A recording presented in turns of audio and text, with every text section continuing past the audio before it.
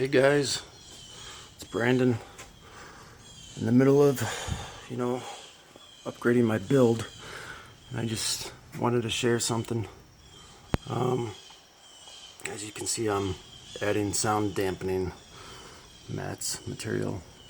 I prefer Kilmat because it seems effective and yet inexpensive. My thought is just a reminder to you guys to make sure when you're doing this that you get yourself a bunch of Tesa Tape, T-E-S-A. It's black fuzzy fleece-like tape. I think I got this 5-pack on Amazon. I did get it a 5-pack on Amazon, but I think it was for like I don't know, 12, 15, 17. I think it was under $15. Sorry, I don't remember. Anyways, and the reason why is, see all these factory, sorry for the shadow, these factory wires? Well, these guys like to go like that. And yeah, when you put the sound dampening material down, it will definitely help prevent it from making that noise. But what you need to do in a full build is wrap all those factory wires with the Tesa tape, such as I began doing. And now make sure at the beginning and especially the end when you're done, like when you're done with a part, even if you're only halfway down the wire, if you run out of tape or you don't want to do any more for that time being, make sure you do 2 wraps, okay? That way it doesn't easily unravel.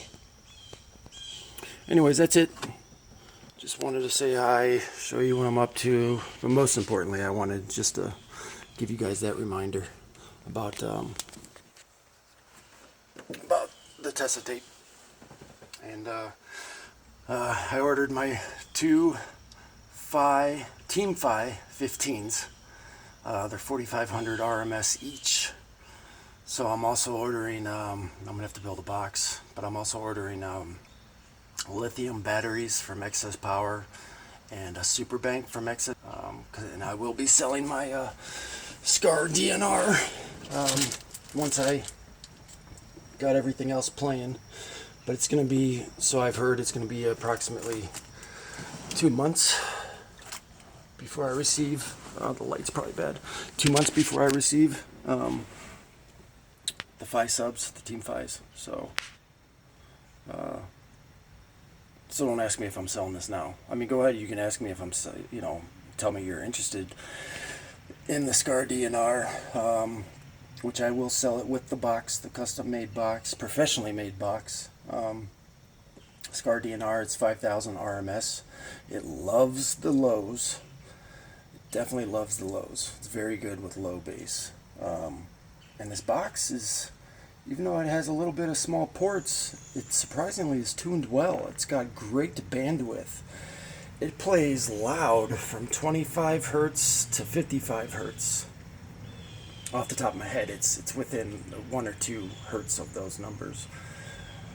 But it's not an SPL box. If you're looking for high SPL burp numbers, it's not good for that. But if you're looking for high SPL for music, single sub, then it's good for that. At least this box with this sub setup. But yeah, the sub is actually impressive. It was better than I expected. But anyways, all right. Hopefully I start knocking out some more videos now that I'm busting into this new build, because it's going to involve all new wire runs, which I was just looking at since I got you guys on here. I just noticed these grommets, these huge grommets. They do, on the other side, I'm not going to take it out again, but on the other side of them, is the exterior of the car. There's a frame, and then there's the exterior. I can see the ground, my garage floor through them. And then there's even these grommets too, which I think I'm going to find all the empty cavities which there's a lot of in every car, and spray foam it all without making a mess. Jacob Viral made a mess. He doesn't care about, as he repeats 5 times every video, he doesn't care about, you know, appearance, looks, whereas I do. I want it to be a nice, clean build, while as loud as musically as possible. As loud as I can afford, anyways. This is only the 50 mil, Kilmat 50 mil. It's, you get something like 60 square feet, which is a lot. Believe it or not. It doesn't sound like a lot, but it is a lot. For like 56 bucks, I think. Or you can go with the 80 mil. And by the way, mil doesn't mean millimeters. Just FYI. Or you can go with the 80 mil, which is a little bit more expensive. And I think that's the next pack I'm going to order, is the 80 mil for when I remove the rear seats and do underneath the whole floor. I don't think I'm going to be removing the front seats, but who knows? I may, you know, get everything done, finished, and be like, okay, I'm itching to do more, something else, you know. Because that's my problem, is I get a build. That's why this is my 4th build in 2020. Is because I love the install part of it. I love the shopping part of it, the deciding, the arriving, the unboxing, and then the install, especially the electrical part. I love that. Hopefully I fall in love with box building, because I'll be building my first boxes, I believe, where I may be just paying $2,000 to have someone do it. But anyways, feel free to leave comments, suggestions,